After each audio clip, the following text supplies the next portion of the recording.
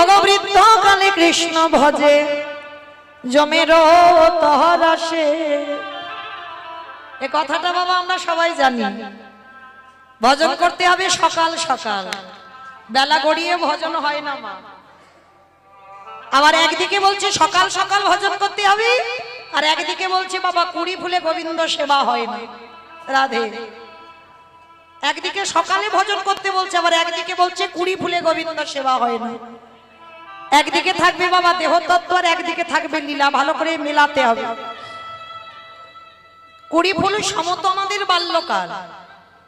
দেখবেন ছোটবেলা থেকে দেখে আসছি ঠাকুমারা মায়েরা গাছে থেকে যখন কুড়ি ফুল তুলতাম বারণ করতো, কুড়ি ফুল তুলতে নেই।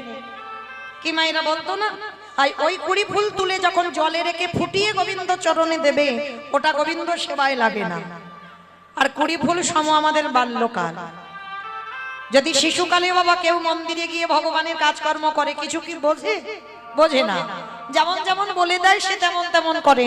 কারণ এটা কলিযুগ, আর এই কলিযুগে আমরা তো ধ্রুবের মা হতে পারিনি, আর প্রহ্লাদের মা হতে পারিনি।